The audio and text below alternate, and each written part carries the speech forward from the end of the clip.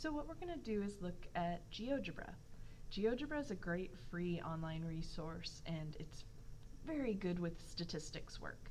So the website is geogebra.org, and where you want to draw your attention is to the classic apps. They have GeoGebra Classic, Spreadsheet, Probability, and CAS. Really we're going to be working between these two functions, Spreadsheet and Probability.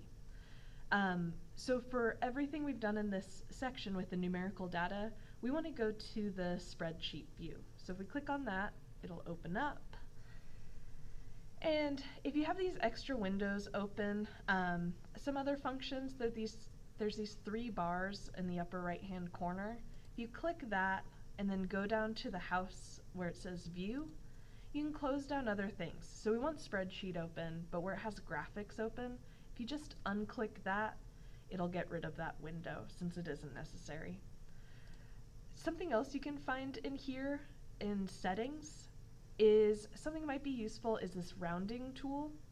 It's automatically rounding to 2 decimal places. Something I recommend doing is always having that at 4 decimal places. That'll help out with a lot more accuracy within the work.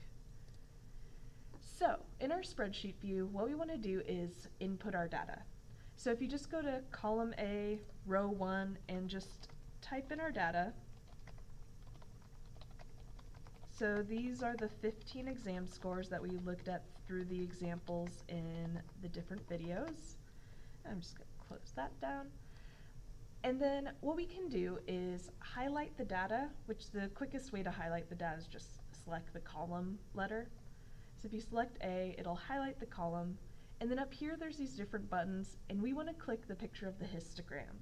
This is going to be able to show us all the different graphs and as well as all of the statistics that we need. So if we click that, it'll open up some options. 1 variable analysis, 2 variable, or multiple variable.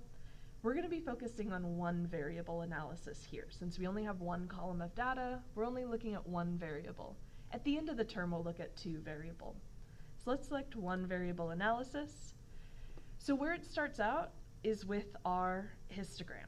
So it shows us our histogram. It's a little different than the one that we drew together, and it's because the bin widths are different. We kind of play around with the sliding scale. We might get closer to the bin width that we were using. It's a little different. But it gives you a quick idea of what the histogram looks like. If you select this drop-down menu, there's also, the bar chart won't do anything, but there's the box plot, which will match the one that we made by hand. There's the dot plot, which you can see there, and there's our stacked 82. It looks a little different than ours. It's kind of more floating. And then stem and leaf plot. You can play around with what are the stems and the leaves there. Notice that they remove the outliers for this.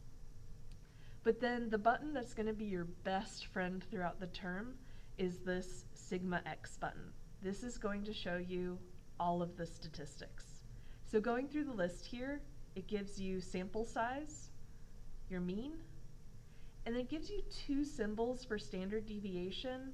Never use sigma. Never use that one. That's assuming we have a population standard deviation, and our data sets are always samples. So always use S, and that calculates our standard deviation for us. These 2 just add up values in a way, but down here is your 5-number summary.